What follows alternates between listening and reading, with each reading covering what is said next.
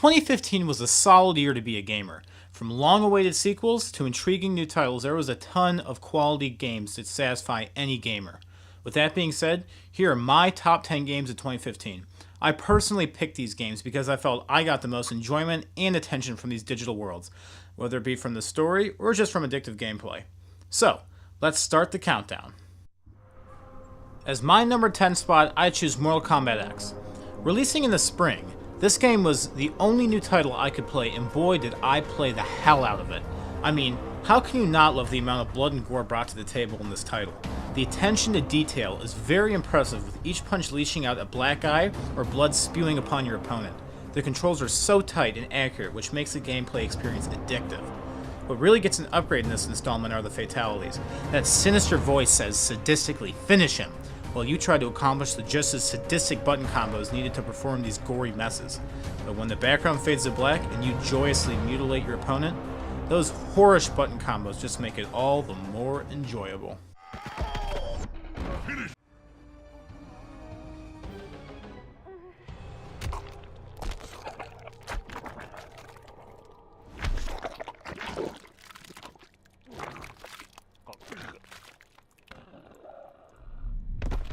Liu Kang wins. Fatality. Xenoblade Chronicles X takes the number 9 spot. Probably packing the longest playtime out of all the games this year, you will get the most out of your money with Xenoblade. The main story will take you 60 hours alone. On top of that, there are loads of side quests that will certainly keep you busy. Also, the indigenous creatures found on this alien planet of Myra are large and beautiful, adding to the uniqueness of this game. Travel in a party of up to 4 people and fend for yourself or your new world. The JRPG style of combat adds a hint of strategy to fighting such large animals on Mira, as well as equipping the right clothes to best protect yourself. A JRPG with an enormous open world and beautiful graphics might just make you ask, how could you ever pass this one up? Taking the number 8 spot is Splatoon. This was a huge surprise when it was announced that Nintendo created a new IP. That hasn't been done by Nintendo since Pikmin back in 2001. Nonetheless, Nintendo has surely done well by this new IP. This new gameplay style of spraying as much ink as possible in a third-person shooter is surprisingly a ton of fun to be had. The majority of this game is to be spent in the multiplayer, where short and quick matches are played. There, the objective is to cover an area with more ink than the opposing team. Personally, the story mode didn't do much for me, but I could spend hours upon hours playing the multiplayer. Splatoon is definitely the first game of its kind, and I am glad I got to experience it.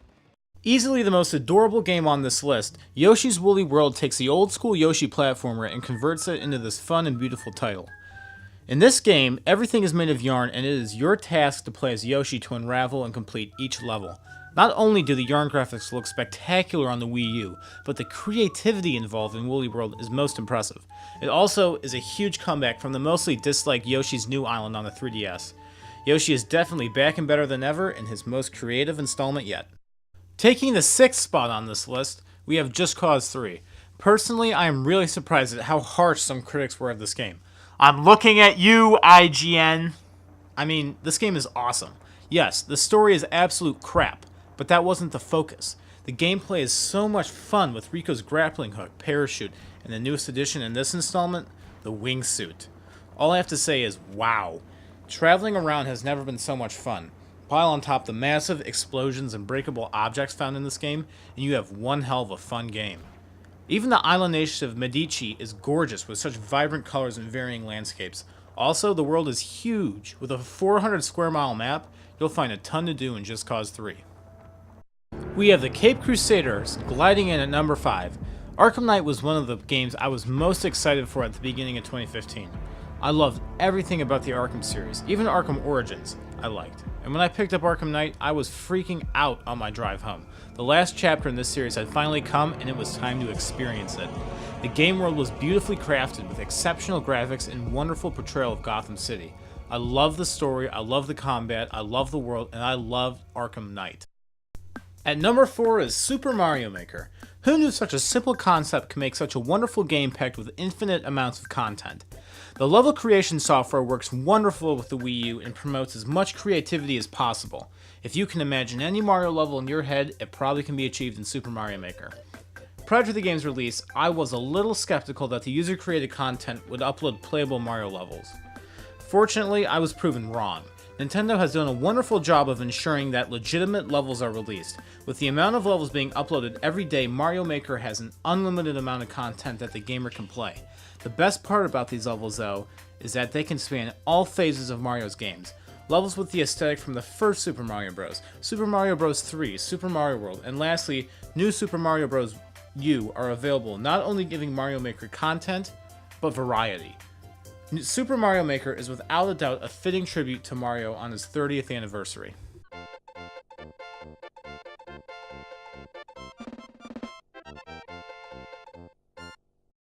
Taking the bronze medal on this list is Fallout 4. When this game was announced back in spring, I swear I played the trailer over and over. The world looks so crisp and the death claws never looked scarier. Out of all the aspects of this game, the world was easily the best. The Commonwealth had so much personality with so many random encounters and landmarks crammed in this land. Also, the addition of customizing weapons and building settlements only motivated you to venture into the Commonwealth and gather as many supplies as possible. Bethesda has recaptured the magic that was present in Fallout 3 with this title. I just would have liked it if Fallout 4 was a little different from its predecessor. Nonetheless, Fallout 4 is a fantastic and beautiful RPG where you enjoy blowing your enemies to smithereens.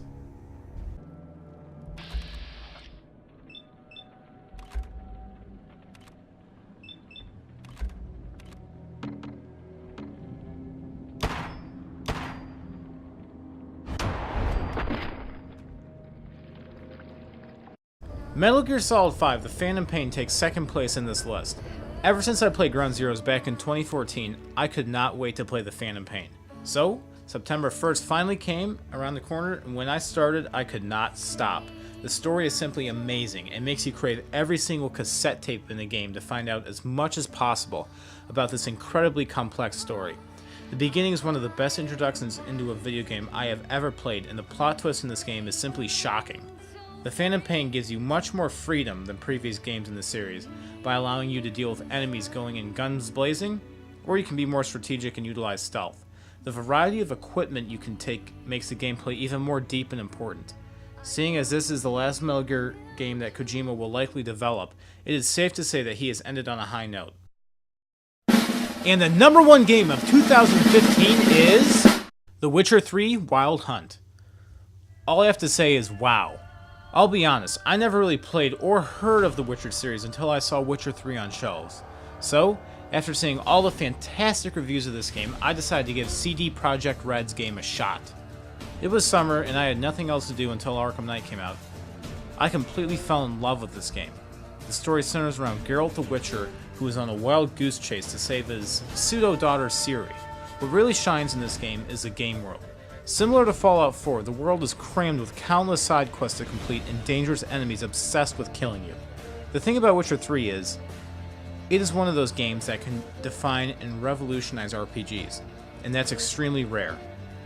This game is an absolute gem that not only symbolizes the magic of gaming, but storytelling itself, and that's why The Witcher 3 Wild Hunt is the best game in 2015. Thanks for watching, guys, and here's hoping that 2016 can offer just as many, if not more, fantastic games in 2015 did. You have yourselves a wonderful night.